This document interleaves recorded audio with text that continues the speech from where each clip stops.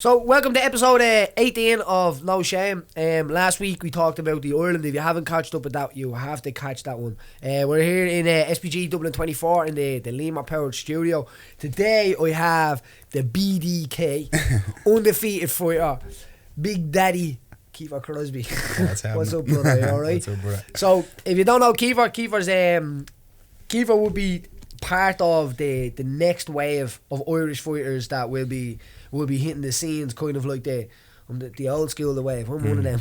Yeah. So I'm getting old. Kiefer's right in the firing shot. He's in the slingshot seat now to get to the UFC. So the UFC are announced coming back to Dublin here in May, which was probably going to be a mad exciting thing, but they got cancelled. But that's good as well, though. Yeah. Do you know what I mean? It gives me more time to build and get my record a bit bigger. And it's a big. Even before we even get into his records, I'm gonna. Kiefer, you grew up in a. Let me go. Start from the start. We're of the stripping story. a bag. People are sitting in their cars now. People are chilling. I didn't want to hear the story of. Go all the way back. So I know you've been in martial arts for a long time. You've been in kickboxing and stuff like that since you were a kid. Yeah. Yeah, I started. Where did you go? Martial arts. We grew up in the north inner city of Dublin, around Smithfield. Church Street is the name of the area. I grew up in, our Greek Street flats. Would have bounced between my ma's and my nanny's, but I started martial arts when I was about 10. Just obviously loving martial arts. I was a mad fan of watching films and fucking Power Rangers and all that shit. And I just said, like, I'm going to start doing a bit of martial arts. Do you know what I mean? I was interested in the kicks and shit like that. And then obviously the area I grew up in, you would have gotten a lot of fights and stuff like this, you know. And I wanted to learn how to actually fight, more so than just winging it, throwing bleeding haymakers at people. Do you know what I mean? I was only having that conversation with someone the other day who was saying, like, there's only so much you can wing it in the street before you have to know how to actually throw a punch. You know what used to get me? It used to get me when I was at the getting into a little bit of a knock on the street, and I'd be home in my bedroom, and that frustration. I mean, could have done a bit better. What was I doing out there? The next time we get him, this is gonna happen and that's gonna happen. But maybe that's where that, like, the forced mindset of, like, 100%, having to develop and do something. Yeah, probably. When I started getting mad, like, into it is when I competed my first competition. That's like, say, 2 years on. I started when I was like 10 doing martial arts, and then about a year on I was only doing like once a week, maybe once every 2-3 weeks. I wasn't taking it mad serious or anything. I was just doing it, learn a few kicks, and then I'd go home and do the kicks on the wall and all, you know, just thinking I was fucking Bruce Lee or something. I don't know. Yeah, I still do that. I still do it now myself, but at least I know what I'm doing right. Do you know what I mean? Used to punch the fucking wall in my hand to be in bits. Never stops now. But then I having to get a plaster in every week. That's how we used to, man. I used to have holes in my mad a bleeding plaster wall, and I used to side kick the wall, and me bleeding dad run up and run amok, and there'd be a big hole, big footprint in the wall and all, you know. Kiefer side kick the wall, his dad side kick Kiefer. Not now, you wouldn't think. I'd slip it. But I did my first competition then when I was about, I think, 11 or 12, and then I got to the finals of it. It was like a mad kickboxing points tournament, you know, one of these jobs. Got to the finals. And long story short, the first fella actually beat me. I got beaten in my first match, and I got beaten, I don't know, whatever, nail or whatever. And then I got put into the losers category. Do you know what I mean? But I was so nervous going into the competition. I was like, fuck, shitting myself. Like, lost the first fight, the nerves went. Then I thought, like, oh, that's it, I'm out now. Someone called my name. I was like, oh, you actually get another fight. You get 2 fights on the day. You got to the losers category. I was like, oh, deadly, I get to fight again. Fought again, I won. Then I had another fight and won. I kept winning then, so I had literally had about 11. You have like it's like 2 minutes. Yeah, you go up to 10. Bracket. Yeah, it's a big bracket, like tournaments, jiu-jitsu, but points. You know what I mean? So I had like 11 or 12 matches. I won all of them. And I was like, fuck, so now I'm in the finals. Who am I fighting? The fella that fucking beat me in the first fight. I was like, bollocks, because he was really good. And then he beat me again in the finals. I was like, fuck. So I lost 2 and won the rest of them. Went home and I was like so annoyed and like, oh, should have won that. Isn't that weird mindset, like something that tells you about your mindset, like the idea of if you do hang loads of that pressure and stuff like that. I remember Gunny saying that about one of the grappling competition. Yeah, man. Did you hear that story about, like, he didn't know he was competing that morning, and that was probably the best mindset to be competing in, and that's something I've always tried to hack into. But that's mental how that works, isn't it? Because you know yourself, you sign up for a tournament. I remember in the gym I was training, there was like a kickboxing gym. There's like a little sign on the wall, and there's like competition this Saturday.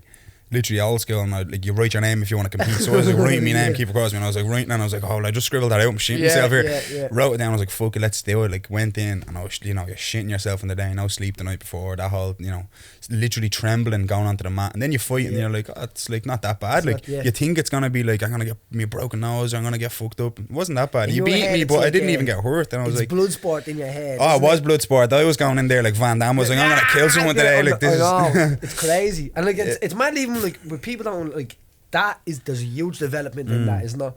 Like, major, it's everything. Because competition is good for you. Like whether it's fucking point, it doesn't matter. It's good for your growth. Do you know what I mean? Especially for your mind. Like I say to some guys that it's like if they're like, I want to do MMA, and I'm like, we'll do your first one and then let me know.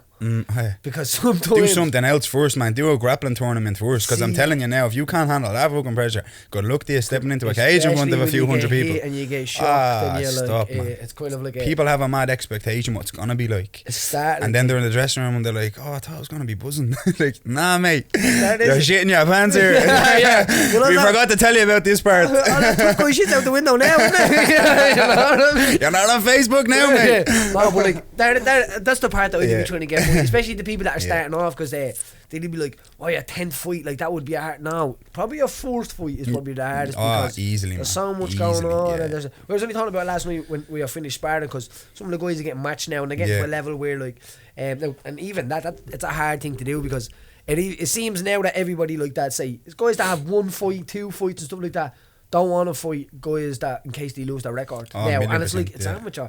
And then you've got guys that are like 7 and 6, which have loads of experience. So it's very hard to get guys that are starting off, we think, in Irish MMA now. To get a fair scrap. It's either like they're fighting guys that are purple belts and decided to do MMA. And they're kind of only wetting their feet, if you know. See, like when I started, there was no MMA, and I'm not even I'm talking like I'm an outlaw or something, but like when I started, I didn't know what MMA was. I didn't do martial arts to be doing MMA. I did it because I admired like the films and all this stuff, and then when I got into kickboxing, I would have looked up to like fucking like all the kickboxer lads, you know what I mean? Then I would have studied them. I didn't even know MMA. So when I started winning like tournaments in kickboxing, I wanted to be the best kickboxer I could be, like a world champion in kickboxing. I was like, that was my goal. You know? I remember that when you came. Like I was a kickboxer, literally on the brain, and then it's only when I got on with it I started learning MMA. But like what I would say to amateurs, they should do something else first. Like I know people jump into MMA now, and you see these guys and they come down to the gym and they've never done martial arts before, but now they're MMA. I came to SPG and I was already a world class kickboxer. I was competing in the world championships. I was a black belt. I travelled around Europe doing kickboxing stuff. Do you know what I mean? So like, and then when I came, I had a bit of knowledge about martial arts, a lot of knowledge actually about kickboxing. I competing in karate, taekwondo, like everything, man. I've done it all. Striking wise, so I had to learn the grappling arts, and then I learned that from scratch from you and John and all, and then you move on and you get good at MMA. A lot of people now are just like, I want to fight, and they're like, how long you train? Oh, I'm training MMA 3 months. And you're like, right, well, slow down a little bit. I know, fair play to you, but you know, maybe just chill a little, do a grappling tournament and let me know how you get on. White belt level even, because you know yourself, man.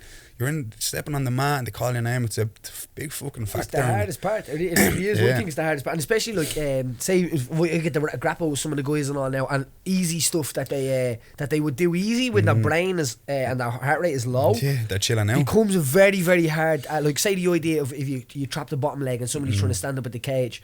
The idea of turning your hip and changing the side of your hip to make sure it's your other leg so you can stand up, like little things, that can become like, oh, I don't know what you mean when your heart rate is up high. 1,000,000%, and the guy is actually trying to hurt you. The light is on, the guy is hitting you, and you're tired, and there's a special energy kind of flow, but it's a mad little feeling. It's a mad one. So when you first came, it would have been long, because I remember when you first came, like, you wouldn't have, like, I wouldn't say you wouldn't have been in shape, but you were in shape. I was a fat bastard, let's be honest. Man looked the donut when he first. I was like fat, muscly in shape. When you first came, you were kind of like traditional martial arts and shit. Because like if you look at a lot of traditional martial arts, it's like I hadn't got a clue. He was a big fat crazy guy. Like I knew how to fight, I knew how to do martial arts, and then before I came to SPG, I went to a boxing gym and I literally boxed for like a year and a half straight. Didn't do anything else, just boxing and weights. So I was literally doing powerlifting and boxing and milling dominoes about 4 times a week. Do you know what I mean? So that was my training regime. So when I came to SPG, I was literally over 100 kilos. Why? Yeah, man. When I first came, what do you fight at now? 77 kilos. That's incredible. Do you know what I mean? So I was like, I woke up this morning, I was 86.0, so I was 86 on the button this morning. So, and that's after eating loads of food, and so I'm like, I kept my weight low now. But like back then, I seen 106 on the scales before. Did you? Yeah, man, 106 kilos back in about 2010, 2011, yeah. See, no, you have got with your big legs, I'm a big bastard, but I was doing powerlifting, man, every day. And then in the night time I'd go boxing. So I was doing, and then just like eating man, you know yourself, you don't know what you're eating. You don't know what you're You only learn that when you compete in MMA, how nutrition is so important. Is sitting on the beanbag down there, and I'm saying to him, like he's like, what way would I compete at? And he's mad to compete and stuff like that. And he puts the work in as well. I said, like 66, and he's like, no, I'm 72. Like, how could I make 66? And it's like, he's like, but you're gonna have to get to the diet.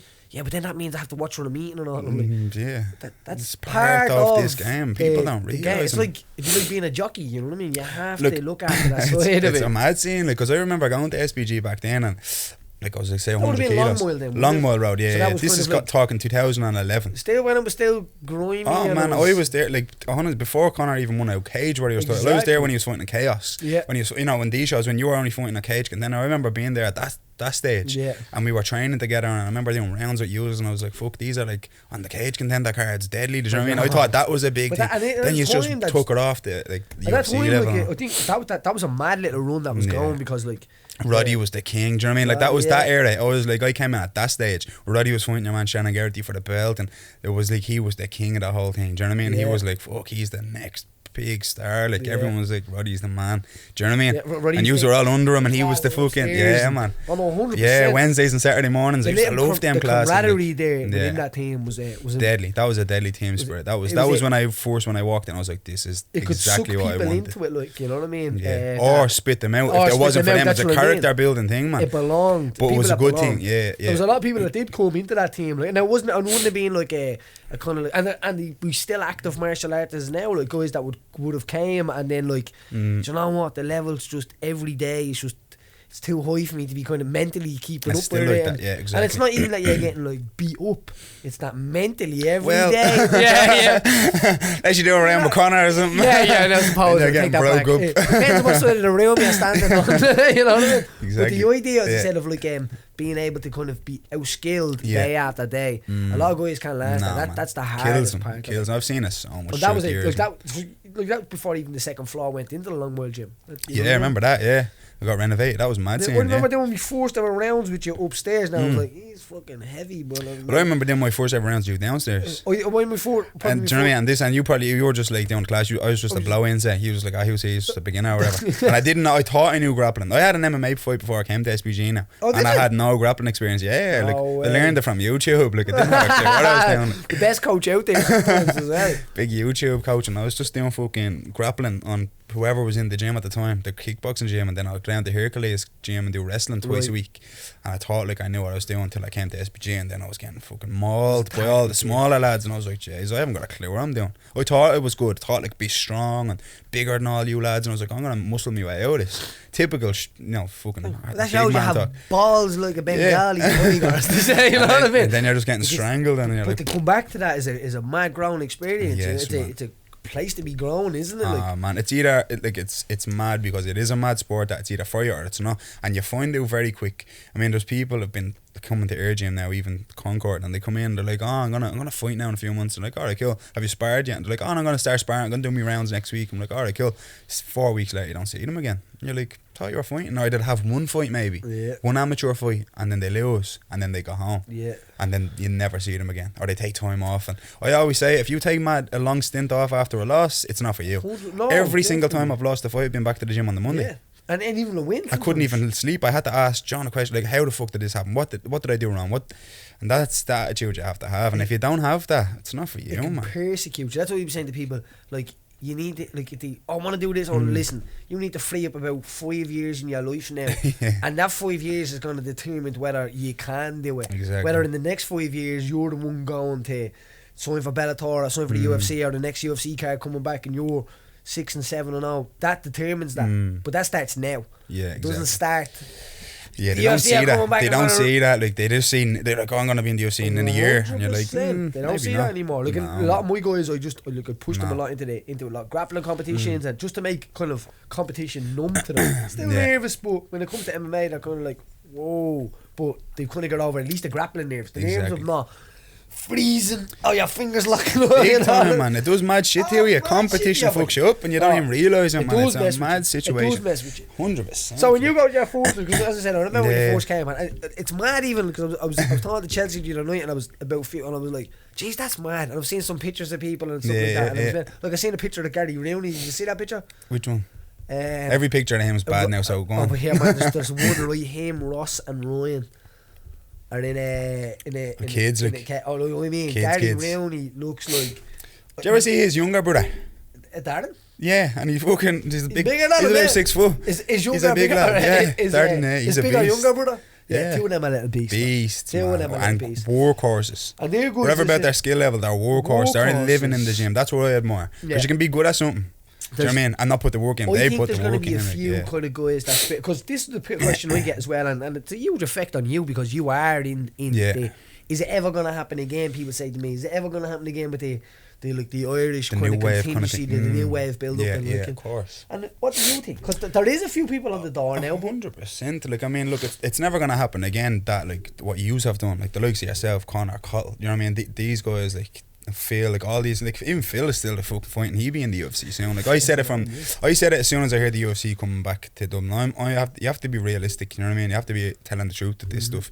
When I was coming back to Dublin, I was gonna call for it. And I was doing interviews and I called for it. And now I'm only 3 now, and I was like, fuck it, I'm gonna call for it. But if anyone was worthy of being in the UFC, it is the likes of Philip Mulpeed or even Peter Queally, like who's a veteran of the sport, like who's like earned his stripes, man. Do you know what I mean? It's mad scraps like he's been in, like, and it's people are like, he's going to Russia again. And do you know what I mean? Like doing mad who does that? You know what I mean? Nobody will do it. He will though. He'll fucking step up every time. And the likes of Phil though, fights as he's been in.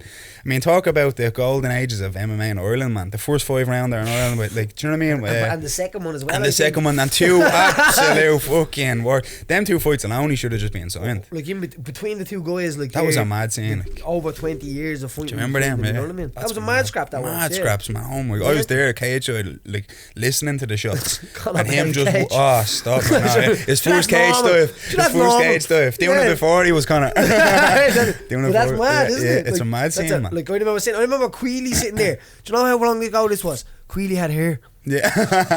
Do you remember? He had hair gelling. He had curly hair at the time. I remember it well, but like, it's mad when you think back a little things like that. Scene, how Battle Zone. That's a mad scene. When people do come now and have the entitlement of like, no, I'm gonna make it now. Like, there is. It's refreshing to see people like Queally because you know that they're still relevant and they're still hungry. Like, I mean, I train with Queally a lot now. Do you know what I mean? Like, nearly every day. Like, and I'm just like, he's still eager to learn. He's still hungry. He's still there every day.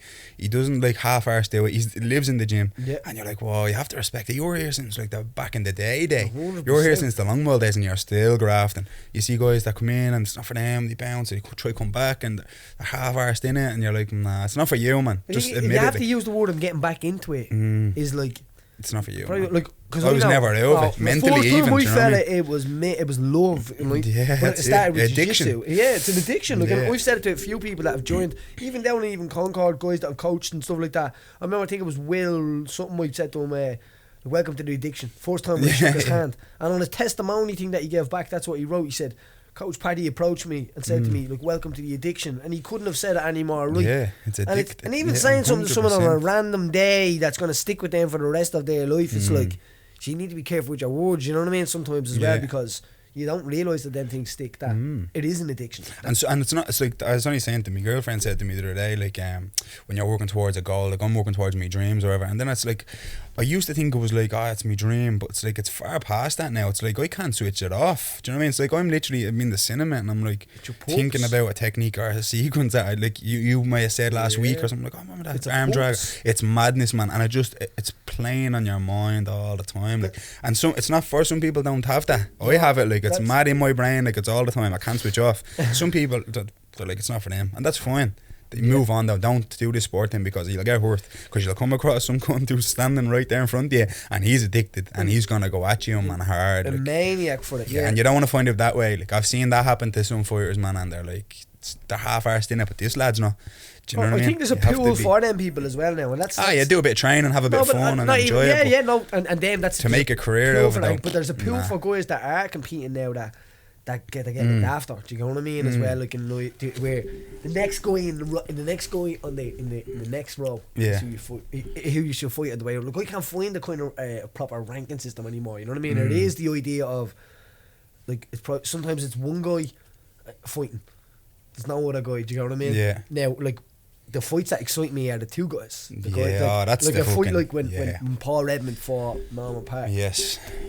You know, it's 2 sides. I'm looking into both sides of the camp, but it is depressing. The kind of now there is pools where you only have to look at one side of the camp because you know someone's getting whooped. Exactly. Do you know what I mean? But then, as I said, there's guys like Peter Quayle that are still kind of flying that flag 100%, at the other end of like. I'm looking at I looked at his opponent. I'm like, oh, this is like, Yeah. you know what I mean? Two relevant guys that are hungry. It's like and two veterans. football teams meeting up. You know? You don't want to watch United playing Eccles and Stanley. Do you know what I mean? Even though United probably get beat by Eccles and Stanley these days.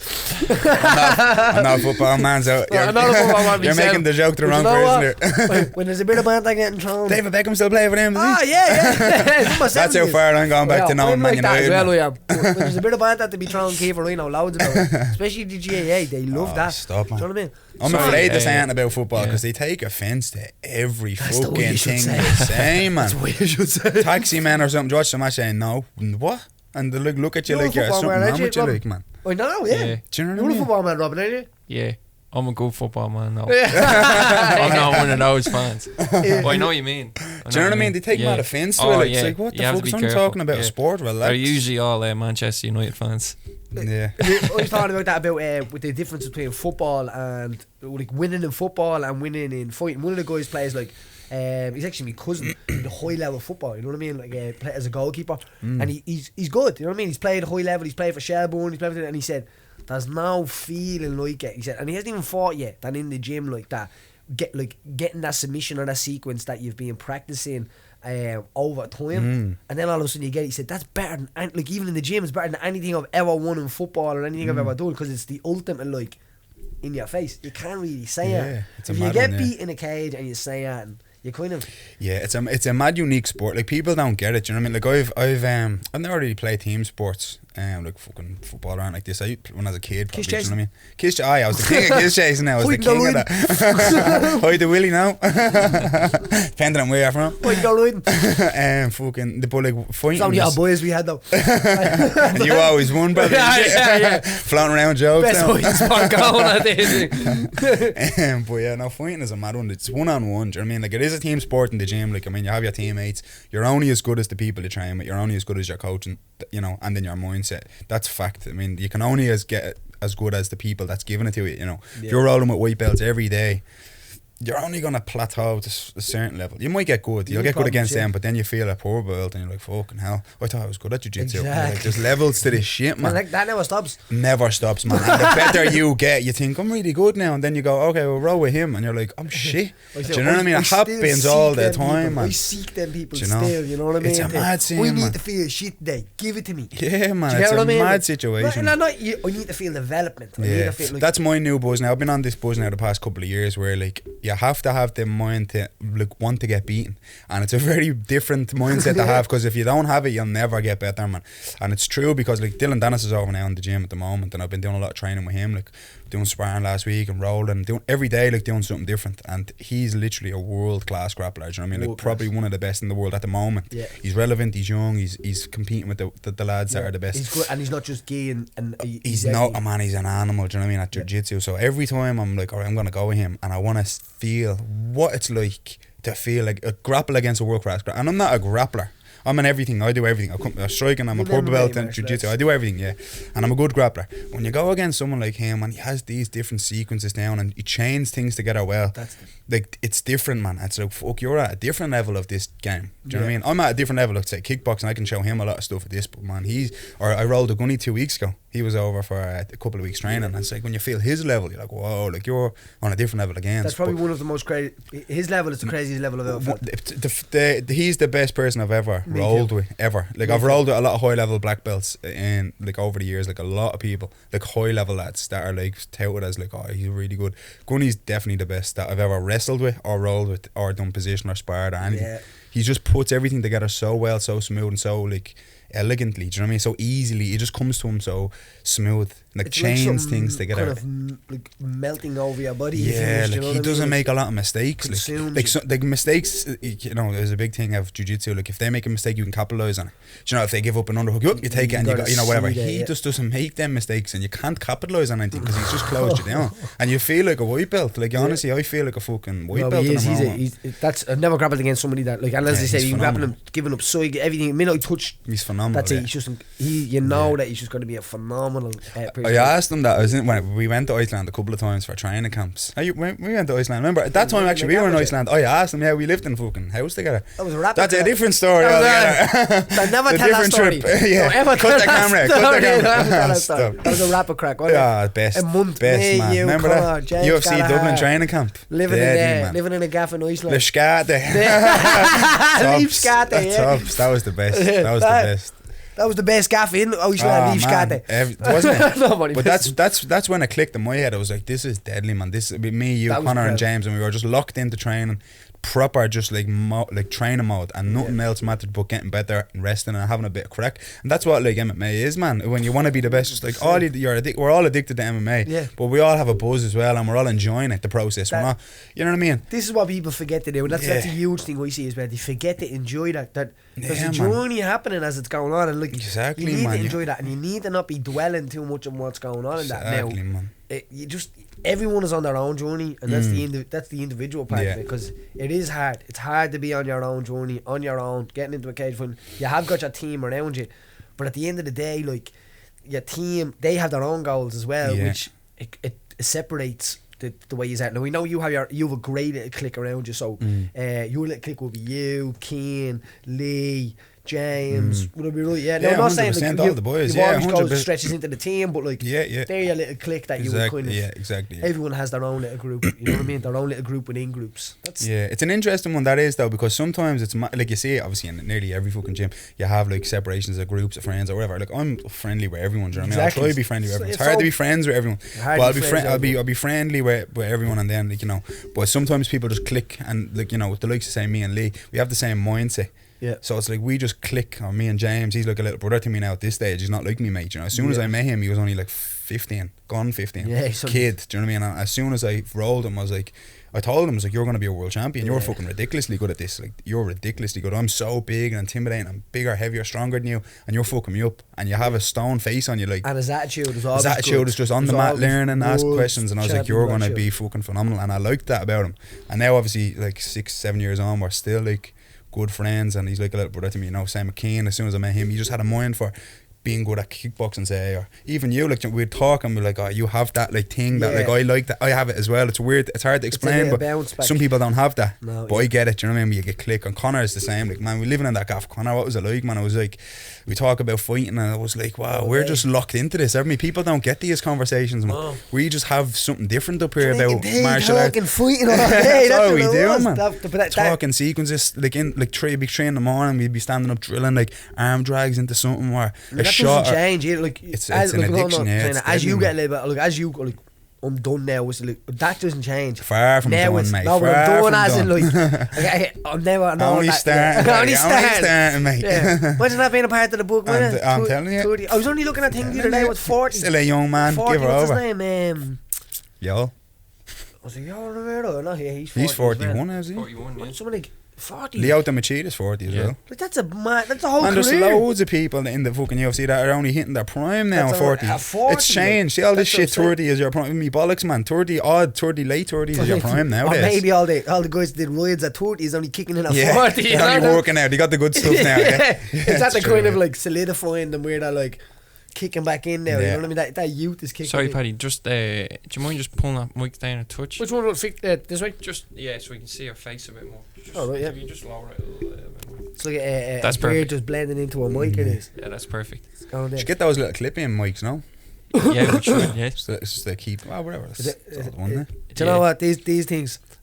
Ruining me profile here. I want to get my face on the No, camera. you can see That's Kiefer. alright You can see then. That's Kiefer great. alright. Oh, we That's get the the main view. thing. We've That's the main got thing. many Yeah. cameras here to get You just this need shot to to the see. pew, pew, pew. You just need to see Paddy's face as well. That's that's better. That's better. So, boys, as I was gonna touched on it before I even came in here.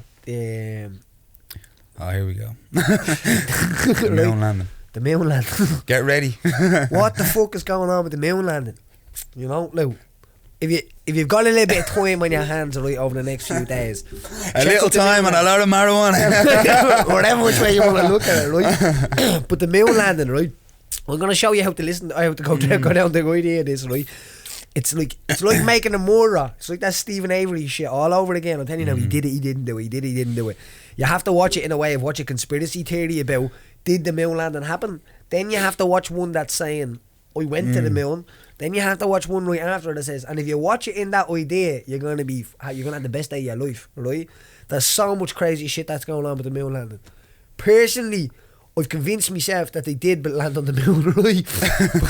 But I changed my opinion on this about 20 times in the process, alright? So a few of the things that goes down. So name one of the ideas. Now, I'll debunk some of the stuff for you, right? Because it took me a few hours there. Right, This has gone mad off subject, by the way. MMA, and then we're talking about the fucking moon. This is what it's all about.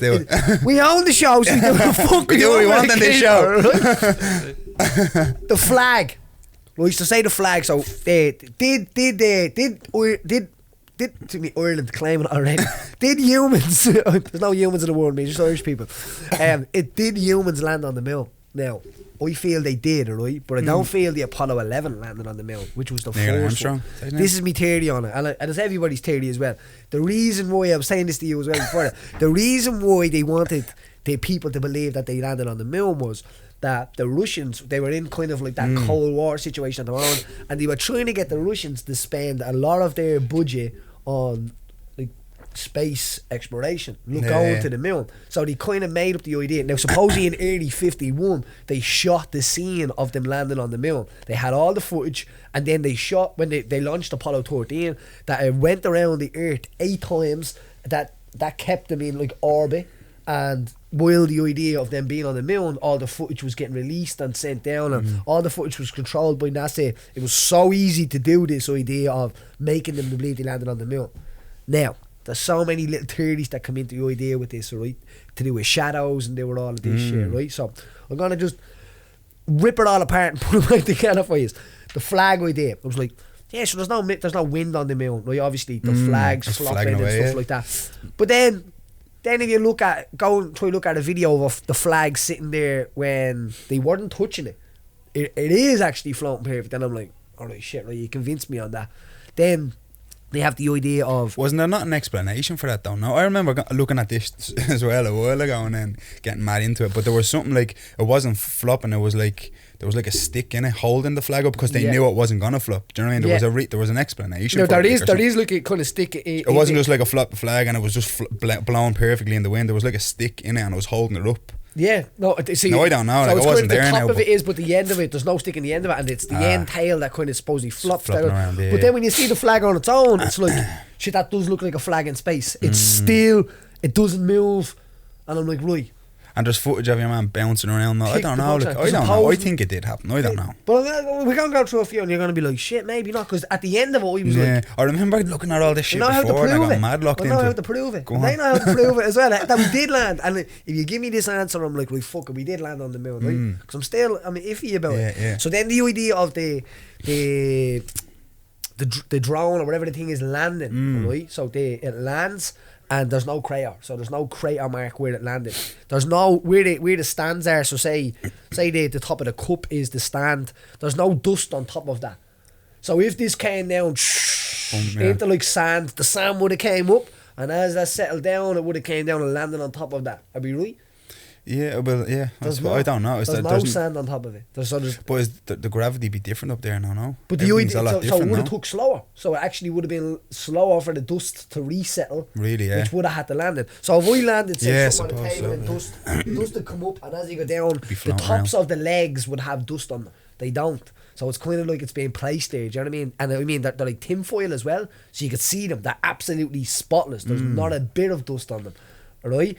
So that's the idea with that. Then, where's all this information coming from? Like YouTube? YouTube, Google. Yeah, because they can be lying bastards on YouTube, man. Know, but you wouldn't know what you're fucking watching, man. What you can't lie about is the actual footage. If they say, like, this is the actual footage and this is what they're working from and the photographs and all. Yeah. So then there's another one, right, Kiefer, where where they landed, the drone thing, there's a background. So like a background of, like, say, like what the background of the studio is or something like that. Then there's a photograph of 2 astronauts with the same background. And isn't it backwards or something? So and there's no drone there, so they moved it. Yeah. No, do you know what I'm thinking about? Do you know, did you ever see the photo, right, of your man Neil Armstrong? I think he's like floating or something. But then it's like, there's a different photo of him, like it's in a swimming pool, right, with no water on it, and he's hanging on a fucking ladder or something like that, right? But they just took the background off of it. It looks like he's floating. but it's the exact same image of the exact same hand and all positions perfectly, but it's actually him in the pool training, and they just basically photoshopped him out, bang, and put it in there in black and white, because obviously the cameras were shit back then. Do you know what I mean? And they just like photoshopped it in a way. So I started looking at that and I was like, I don't know. You know that's a mad situation. You know how they got real suspicious about that? Because if you actually look at the photo, it's in shadow.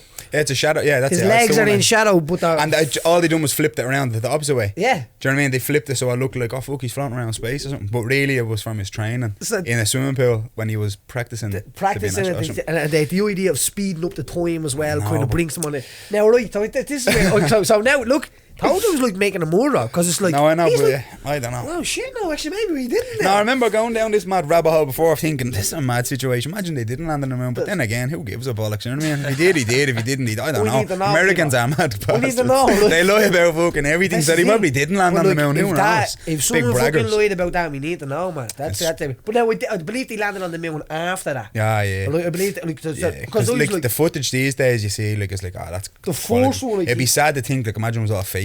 Man, it was. Imagine they're just putting up videos of like all fake shit, and we're all just believing, oh, that's what the earth looks like. Imagine it didn't look like that at all. Fucking with people, you know what I mean? Imagine just fucking with you, like we're all just believing, oh look, that's a YouTube video of it. That's true. And that's it. But that's because you can go down that rabbit hole as well and think, fuck, we're all being fucked with here. You're dumb. The earth is yellow. It's not even blue. Imagine. So see the yoke that landed, right? The yoke that landed, then when they take off, it breaks in half and it goes back to earth, right? So that's still on the moon. That part, right? And now the Russians have done like unmanned missions. If you look at, there's a map of the moon and it has like loads of different points where people have been. So there will be tracks. There will be like the cars that they used left there, the buggies and all that. Saying, right, so my idea is, let's get a big fucking telescope and let's look at them. If you can see them tracks and you can see the yoke, now there is one of them that is talking about a telescope and looking at the moon. There's not one powerful enough because it brings it down to different megapixels. The guy explains it really well, but there's one that they have a picture of where you can see the tracks of the car that they had to use using the exploration on the moon. And I'm like, still, yeah, but it'll still be there. It wouldn't change because there's no atmosphere. So the dust will still be there, the footprints, really, yeah. Everything that will be there will be still there. Yeah. Isn't that mental? All them years all ago, the dust, if you threw, like, say, something that was anchored, that would still be there. The footprints, everything will be the same, all of the... That's fucked up, yeah. All the ends of the rockets and stuff like that, they will be all there as well. Yeah. They not go up to the moon, like, on a regular basis these days, no? That's what I'm saying. It's not happening, like, can they not just float around now? It's not just like a thing like fucking Ryanair, you can go up to the moon. It's like a common thing now, people go to the moon now. I know back in the day it was a big deal. He landed on the moon first, Neil Armstrong, but them Russians are up there every fucking second week or so, no? I don't know. The Americans are the only ones that have ever landed on the moon. Yeah. I've landed a man on the moon. Oh, yeah. Right, yeah. So, to this day. Are you sure, yeah? Yeah. To this day, they've done the walking now. Because now, I thought it was like an easy thing, especially these days. They've done it back in the day. Imagine what they could do these days. So imagine how powerful you think the Americans are because they landed on the moon. Yeah. So this is the reason why you would want someone to think that you had the ability to land on the moon. Now, here's a mad interesting one, Kiefer. Do you know what happened when they asked the man, give us the tech, like, so how do we land on the moon? Oh, we can't do it anymore. That's what they said. A guy, high level scientist, and that's, they can't do it now. Do you know why?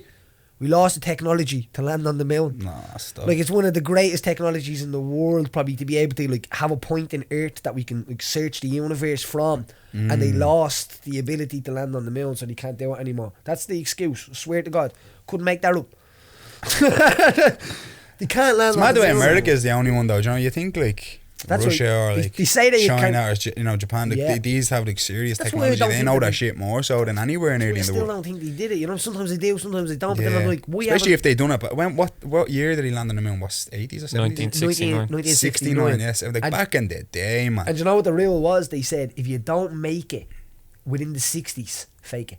That's what he said. And 1969 happened to be the last year that they had a chance to make it to the moon. So they had like a 10-year budget of like trying to make fake it till you make it. And then if you don't, just fake it. That's a mad situation. Fake the situation. You're going to have me going home watching mad videos now. You're going to be like, oh no, did we land? Did we not land? But coming like to the end of it, the moon thing, but I had to get that off my chest because I was literally rolling off the Chelsea. Shout out to Neil Armstrong. Let us know, mate, will you? Fuck's sake. Is he still alive now? He's dead now. I only figured that out as well. He's probably not even dead. He probably just wanted us to think he's dead. The last man on the moon. So the last man to stand on the moon rather than the first man to stand on the moon. And this is a guy about this American. And do you know who he reminds you of? He reminds you of George Bush. Like this proper Texan guy that I've got paid a few quid and told he was a hero and told that you're going to be remembered forever and ever. You keep putting that story on and keep doing this, and he was supposed to be one of the missions that landed after. So they landed after it. No, they done a reconnaissance mission, and then they broke away, and Neil Armstrong was in the part that broke away to land on the moon, and they had to come back. So they went to the moon, but they didn't get to stand on it. But then another mission, he did get to stand on it. But like, I don't fuck. Like there's I'll finish on it. There's a belt that you're supposed to go through. It's called, I think it's called Van something belt around the earth, like, which is radiation in it. Now, when you look at it, it comes out in like a ball around the earth, and there's 2 of them, and they say that they went through a certain way of it. But supposedly, like, if you went through that, it's so warm that the ship would melt. Your body would like turn into liquid if you went through these belts, and especially on the re-entering. So they say like, that's where the Americans and the Americans and all the Asian countries and stuff like that are like. It'd be very hard to fake it these days, wouldn't it? Like, because everyone, you're so fucking. This is it. Everything is there now, like, for the take. You can see everything now. Everyone wants more proof. More. Do you want HD? Look, mate, like, you need everything in HD live. Do you want to see the whole thing? Definitely. If you look at the first footage of being on the moon, you're going back and you're like, I don't know, it's black and white. It's fucking bad photo. Photography is bang on. You know photography, Robin. You know what I mean? Robin knows the photography, and like, there's one point where it's being lit at the back, right? And the United States thing, like, so the sun's here lighting it. The ship is in front of the sun, so it should be like a silhouette when they take a picture of it, and it has United States on it of America, shiny on like a chrome sign. Yeah, I seen that before. I seen that before. How would that even sign up? And it's like, and the shadows are like the opposite directions or something. They're intersecting. So I remember seeing that before, and I was like, I don't know. My advice is, if you have a few minutes, or if you have a minute, or if you're in work and someone else is paying you, which is always better, and you're not doing that. Have a little look of, did we land on the moon? Because I'm pretty sure if we figure this shit out, a lot of stuff would start rolling out of the closet. You know what I mean? Like, now, I'm not a conspiracy theorist, but sometimes I am not now. I don't know. I'm not into conspiracy theories. No, but I can get caught up in one, like, you know. Oh, stop, can't you, man? It's like, you don't even start bringing up 9/11 or Tupac or anything, because we'll be here all day. The Tupac thing solved. We had your man. He lives in Darndale, everyone. We know where he lives. We had Napoleon on, your man Napoleon on. He came on and told us all about Tupac, yeah. So he's dead, yeah? Is that confirmed? No, do you know what? Did he say he's dead?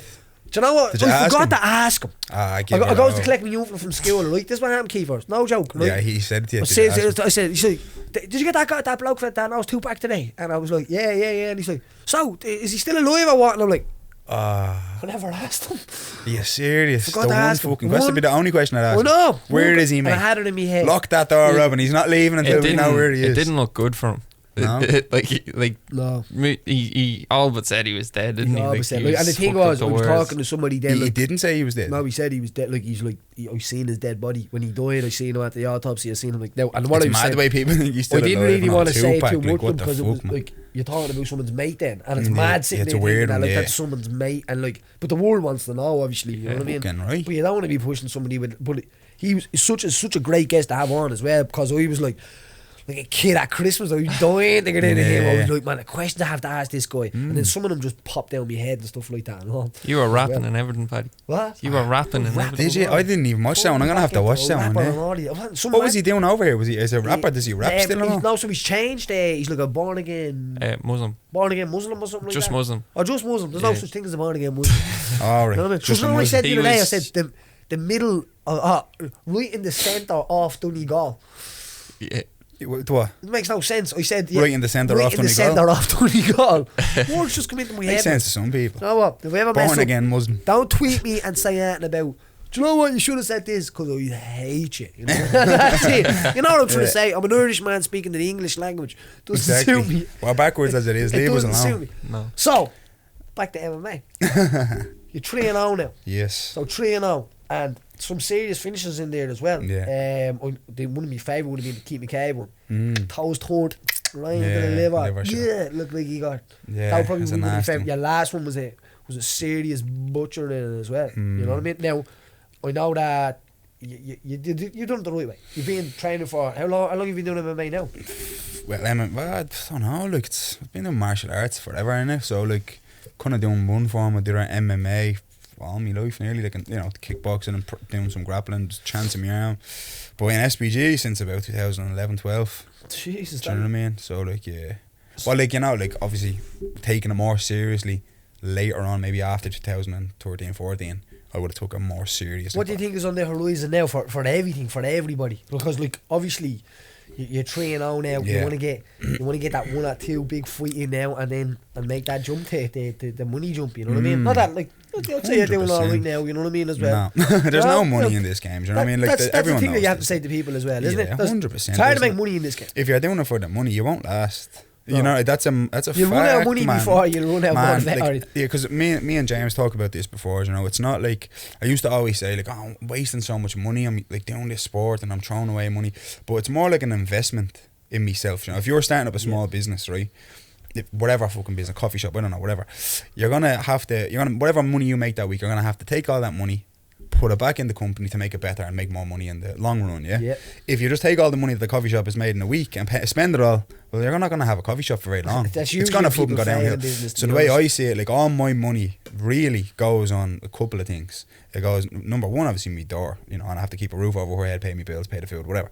Then the second one goes on back into my training, and that's it. Like, you know, and if I'm not training, I'm not eating right, I'm not recovering, I'm not getting my physio, I'm not, you know, doing all these correct things for the training camps. You know this from being a professional fighter. If you're not putting all that money back into yourself, you're not going to last very long. You're going to just die off and be forgotten, you know, or waste it on doing something stupid when you should have put it back into yourself, or you should have gone to the butcher's twice a week and bought clean meat and clean food and prepped your meals. And this is all a big factor, like, and it's a routine, and it's a horrible routine sometimes, but it's necessary. You have to do it, you know. So it's more like I'm investing in myself to know, like, the end goal is I will get this all back someday. Like, the end goal is to make a lot of money and to buy a gaff from me and me family and me man, you know what I mean, have financial security forever. And like, don't get me wrong, I love Gucci runners and all, and I love the flash cars and I love the penthouses and the yachts and all. I want the fucking, you know what I mean, a jacuzzi and me limos. I like all that shit as well. I want it. Do you know what I mean? Motivate you. It does. I like all that stuff. But more importantly is like to support my family, support my daughter, my mom, my girlfriend,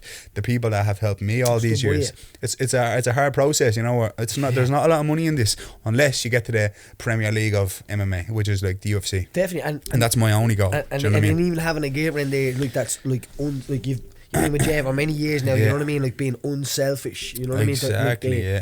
Like this selfless. I think that's the name. Yeah, just pure selfless. You know all what about I mean? me, and then all like she's pure selfish to me as well. Again, exactly. Yeah. So like her life is dedicated to your young one, as in bringing her up as well, and then the idea. It's a hard process, like mad process. Process. It's mad. Like it is a grinding, grueling, horrible kind of thing. You're like, but as I said at the start, if you're trying to make money quick, good luck. Get something, do something else, because it's not for you. So it's past the money thing for me now. It's like, my next fight I'm going to make a load of money. I'm not going to make a load of money in my next fight, I know that, but I'm going to seriously impress people and catch the eye of bigger organisations that are going to be like, who the fuck is this fella? Like, he's seriously good.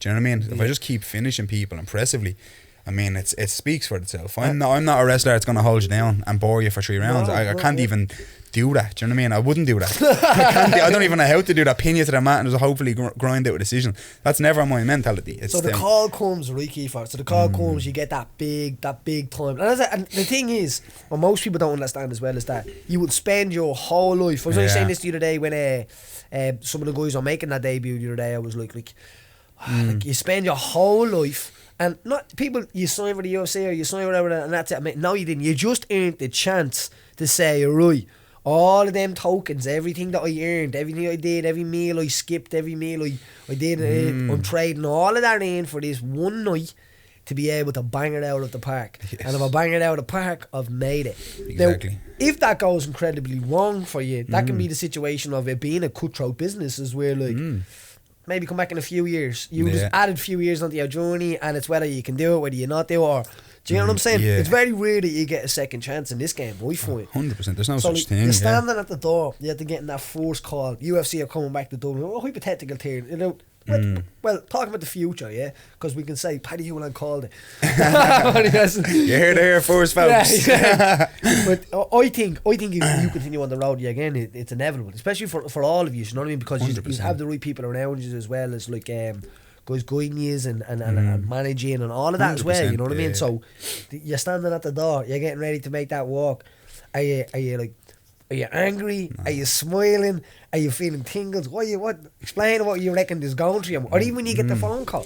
I'm just going to kill him, man. Do you know what I mean? That's it. It's fighting at the end of the day. That's. I used to think all of that stuff, but look, fighting's a mad thing. MMA is a mad sport. You know what I mean? Like, it's on the Instagram, social media, and all this. It's important in the entertainment. Be funny. It's important. But really, to be completely strip it all back, the one thing I like more than all of it is literally just the referee going fight, and then I get to go at someone and kick the fuck out of them and hit them, and you know, and that's my thing. I love that. That's the part I love more than getting the likes or getting the people, or the interviews or anything. I like all that stuff.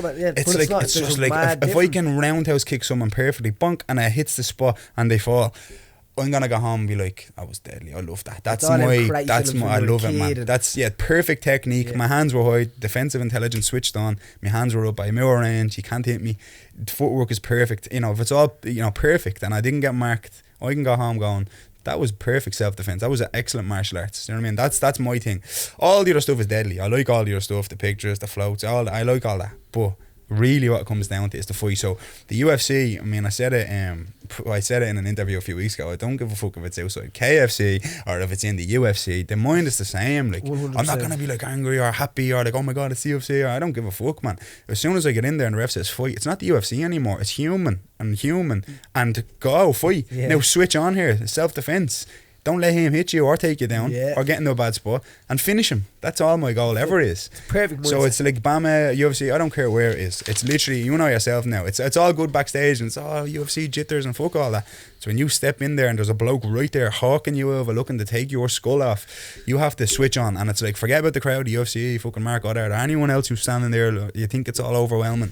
None of that bothers me anymore. I'm just looking at him and thinking, I just have to stay switched on. Yeah. Don't let him fuck you up, and go in there and fuck him up. And that's really when you strip it all back, that's all it is at the end of the day. And then when the hand gets raised, I'll go on Instagram and I'll think I'm lethal and I'll do all the other stuff as well. But that is a great thing. The fighting comes first. The rest of that is only ever going to benefit you after all that. After it, man. Never. That's not your priority in this sport. It's not mine anyway. My priority is to kill people. I used to love like, no way, such and such was there. Oh no way. Afterwards, I don't even care until afterwards. Like, yeah, whatever. Afterwards, you can enjoy that. Yeah, that's it. But like, the fight is everything. The fight is priority, and I'm telling you, man, we live in a mad time now. People are forgetting this shit. I'm going on the gram and I'm seeing all these so-called MMA fighters and they think they're lethal, man, and they're like 1-0 or something, you know, and they're like, oh, I'm the next big star, and it's like, alright, I admire you, fair play to you and all, but you're just looking for something different now. You haven't earned your stripes yet. You haven't even. The hardest part of that, Kiefer, is as a coach, I think, is getting guys that want to actually fight. You know what I mean? Like, man. Where back in the day, everyone was like, I'm doing it for the fight. It's hard, and people need, like, I want to fight for the experience, I want to do this, I want to, but now people are like,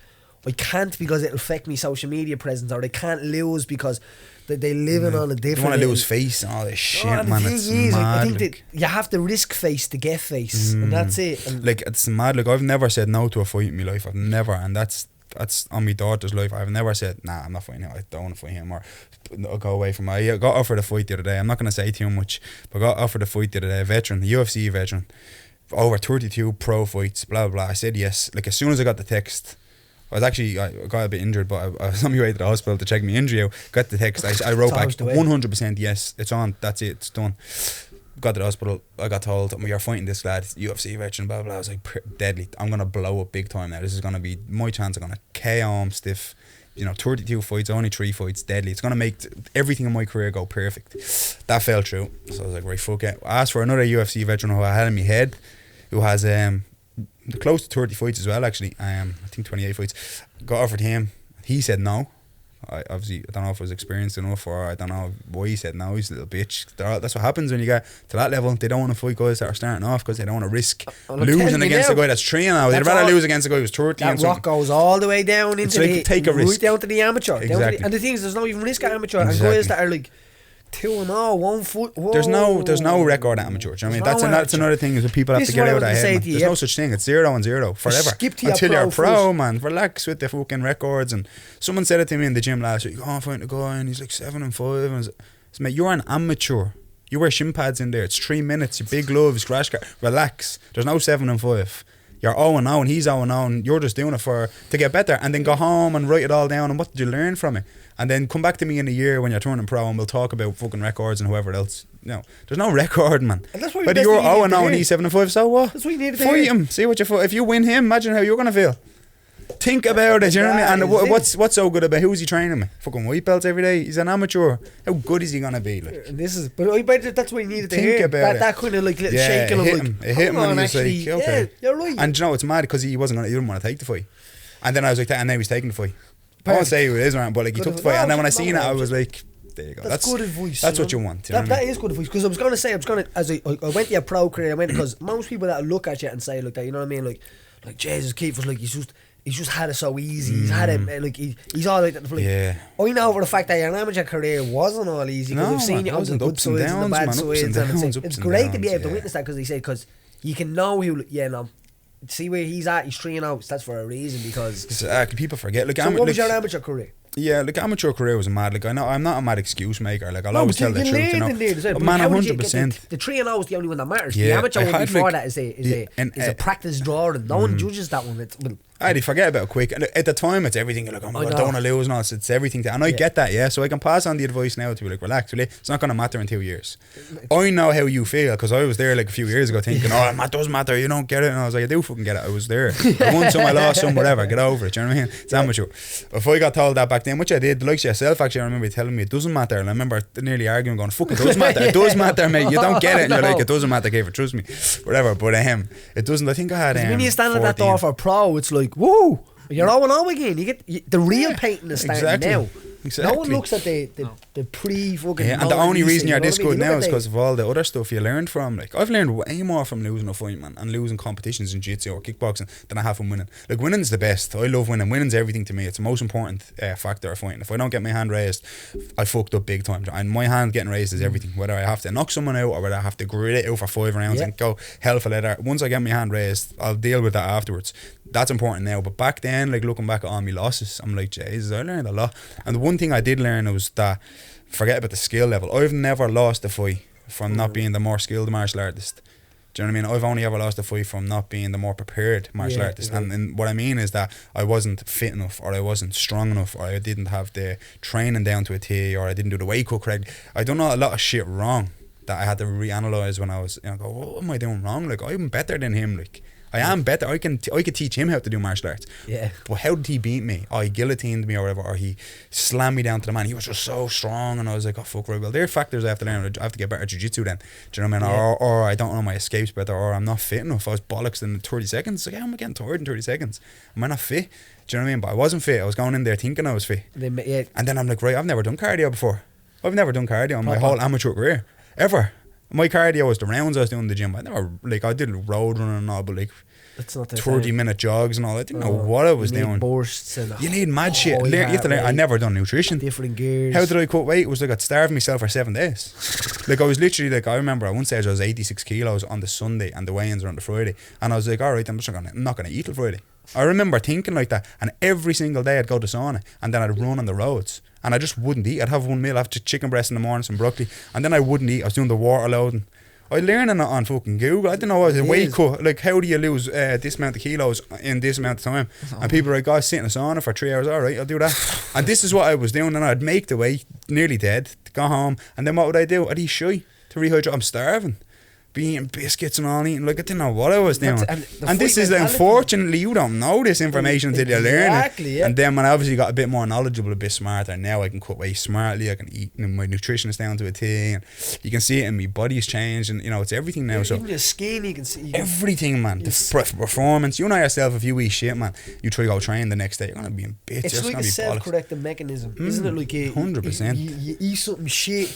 The next day you feel shit. The next day your energy feels shit. You are what you eat. I know that's a mad fucking corny saying, but you are, man. Especially as an athlete, you are what you eat. You either correct that or you don't. You know what I mean? 100%. But like that's awesome advice, because that's advice that I think, like, even if I say it, like, people are like, "Hey, fucking shut up, you." I know. But now you're kind of at that idea, like, 100%. but now you're at the kind of you're trained out. You're in a good place to be able to kind of like manage your career and go towards that top payday, exactly. and that's what it's about. When anyone, but like the amateur career, like you're saying, that's where a lot of the dog fighting's done. That's where a lot of like learning. It's where you're learning, son. Call it your learning career. Don't call it your amateur career. You're learning shit. Go in there, and the only thing that you have to do now is just do your best. Obviously, try win. Do you know what I mean? Literally go out in there and do all your techniques that you've been doing in the gym. Try win. Try knock the guy out. Yeah, whatever. But after it, no matter what happens, shake his hand, go back to the dressing room, write every single thing down you done right. But more importantly, write everything you done wrong, and then go to the gym Monday and ask John or ask your coach or ask you or ask somebody, right, what the fuck did I do wrong there? What happened there? Why was I that nervous? Did I warm up too long? Was I tired? Did I not cut the weight right? Whatever. I don't know what the answer is. Everyone's going to have a different answer. Do you know what I mean? But write them down, learn from them, and then the next fight, make sure you don't do them again. Keep doing that until you're at a point where you're going, I'm fucking really good now. I'm good at this. Because that's what happens now. I remember getting whooped in the Air GM Paddy. I remember just getting broke up and I'm like, I'm getting fucked up here. Fast forward 3 years, I'm not getting fucked up anymore. I'm like, I'm actually getting good now. I have this figured out. And the way you said 3 years there, some people years more, probably fucking more. I'm still getting fucked up in Air GM, do you know what I mean? But you just get better. I'm not better at that now. And I'm like, how much drilling did you put in? I put 20 minutes in on Monday. I put about 4 minutes in on Saturday, and it's like I wish it worked like that. Hours. Like a fight from the weekend. So, well, it'll be the weekend gone by the time this gets released. But Cage thing, was it like? no, from the UFC. That gun, was it Leon Edwards? Yeah. Awesome. Very good. Who did he fight again? I seen that fight. What was it? I can't even know the names. I'm the worst UFC fan when it comes to names. But like now when I'm looking at something, I'm like, right, like Southpaw boxer. Southpaw. So simple. 1, 2, 1, 2. Good distance, double jab, getting out of the way, back to dugout, and then Tom Duke and what as well. Another one from the weekend. That was a hard fight. Looking at it, but even his movement, his off the ball movement, if you must. So like what he's doing while he's not doing anything else, and everything that he put a bow on the end of, well, a leg kick. Every time he kind of pushed the person back, bang, leg kick. He got offered 2 UFC contracts before the UFC and he turned them down because he wasn't ready. Now, if you think about that for a second, I mean, who turns a UFC contract down? A guy that's going to be realistic and going, I want to wait a bit, get a bit better, learn. He's still in the process of learning in Bama and all this shit, and then he had, I think, maybe 3 or 4 more fights, and then he accepted the UFC call, and he was like, alright, I'm ready now. But that was a mad scene to think like he done that on his own terms, you know what I mean? You have to give that's a mad thing that's unsaid. Like that's serious, man. He's a good guy. He's a high level pro. He could have got into the UFC years ago and whooped people, but he said, no, I'm gonna chill, wait, want to get a bit better, have a few more fights in the domestic scene, and then someone that realised and had a lot of advice around them. That's good shit. Takes a lot of advice, but I'd say, and like has advice around them. Like, so the idea of getting to the UFC is one thing, but then the idea of staying there, he knows that's a process. It's hard getting there. It's hard getting there, but man, staying there. I was out of fight where I was walking out and I knew, like, if I don't win this, I'm getting cut. Yeah, it's a mad situation. And nobody wants to get cut. Nah. Do you know what I'm saying? To get cut. Like cut's getting sacked in a way. You know what I mean? It is getting sacked. It's a chance to change your life, and if you fuck up, it's like. All I do. And going down, Rob. You met Rob, but like I had to introduce Robin off the mic. He's a mad thing when he's on the mic. You know what I mean? When he's off, he's quiet, but on it, he's an animal. He's an animal. That was brilliant. I felt like that person that's sitting on a bus behind 2 lads and having a great conversation. You down the back of the bus, just listening to today's no about giant. What's up, Paddy? I haven't seen you in years, brother. That's me. He's like, I was supposed to go off 3 stops ago. I was too interested, so I just stayed on. Now you're in Jonestown, mate. Yeah. Give me that phone. Just back to the other direction. The big news this week, obviously, is Facebook. The Facebook scandal. Have you heard about it? No. So, Facebook and data analytics company Cambridge Analytica are at the centre of a dispute over their harvesting and use of personal data and whether it was used to influence the outcome of the US 2016 presidential election or the UK Brexit referendum. So basically what they did was... seen this actually. I seen something about it, People are like, they can use your information, man. You just blow me mind up, man. Can I just take a piss, boys? I'm bored for a piss to pass half an hour. Yeah, sure. Right? Yeah. A little pause there. Okay.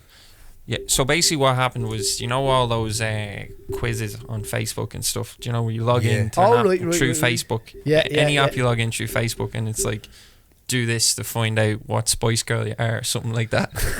Did you do this, Robin? No.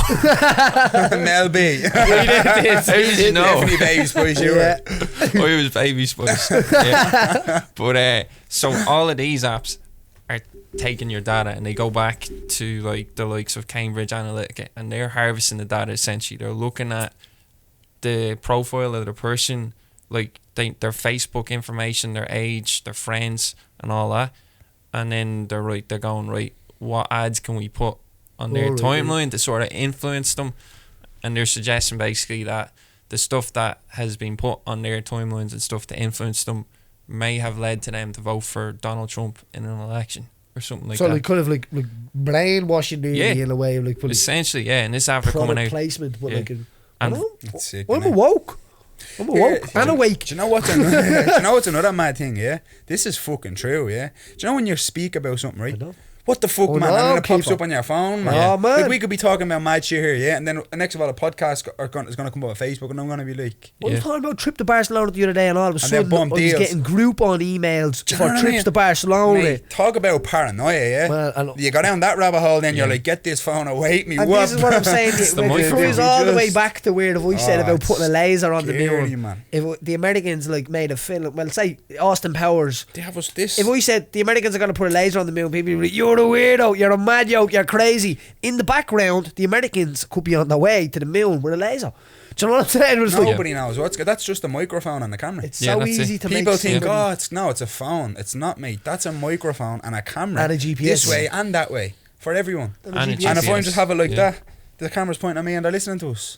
Yeah. I said it. Talk about You being probably haven't fucking heard this one, but paranoid, I man. had it. There's a book called 1986. I've been reading, right? And the guy in it, the televisions in your room, he said all the buildings are designed where your television will go on the main room wall so it can see everything. And in this book, they look at you through the television. This is part of life. Like. Yeah. It's called 1986, but it's a mad book, right, Kiefer? Do you man, Charles Orwell, is it? 1984. 1984, sorry, absolute cracker of a book with the tellies that look the people, the government are looking at you through the telly, fucked up. and he hides from his telly and all he does, but it's a true story, like. Yeah, people Mad. are freaked out by the technology Oh, like in mad certain shit. places. I you think know? We're just all hooked on it. I'm It's going a down mad that addiction, road, isn't it? That we're but all if hooked something on it, man. seems crazy now, say if something like yeah, but there's no way you're a lunatic for hearing that and all. They're probably the things that you need to be saying. Do you know what? That's fucking true. Or the stuff Yeah. you see in The And Simpsons. they come You know what I take you away mean? and put you in a mental Look asylum. at The man. Simpsons, You know look. what I mean? Watch what's going on in The Simpsons and you can yeah. tell what's happening next week. They nearly, you know what I predicted mean? everything. And who owns that as well? Something that everyone's going to watch. Adults, kids, everything. And all the ideas get put through these things. Like you were saying there. Yeah. Now maybe I'm just fucking mental. I know. You do go down these mad rabbit holes, man. Yeah. It's a mad But it's situation. right what Kiefer said as well, like Snapchat, like all those filters, They're just like keeping it's an eye on us scanning all. your face, Everything, man. scanning your face every single time, like so everyone probably your face is 3D scanned on Snapchat, and God knows who that's been sent to. Like even It's a the, mad thing. Oh, you isn't don't it? have Snapchat anymore.